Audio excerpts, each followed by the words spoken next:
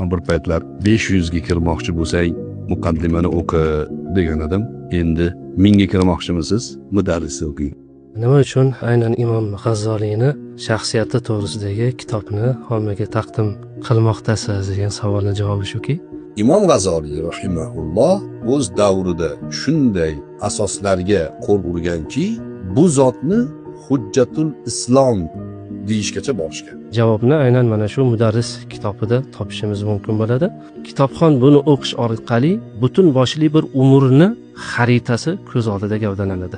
Mudarris degan kitobni tarjimasini taqdim qilar ekanmiz, xalqimizga o'qishni tavsiya qilar ekanmiz. Avvalo kitob roman shaklida va bunga qo'l urgan, buni tarjima qilgan va tahrir qilgan insonlar zamonamizdagi eng peshqadam olim insonlar.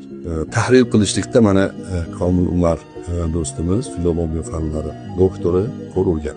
Bir nafasda o'qib chiqsa bo'ladigan va juda ko'p chiroyli xulosalarni olish kerak bo'lgan kitob.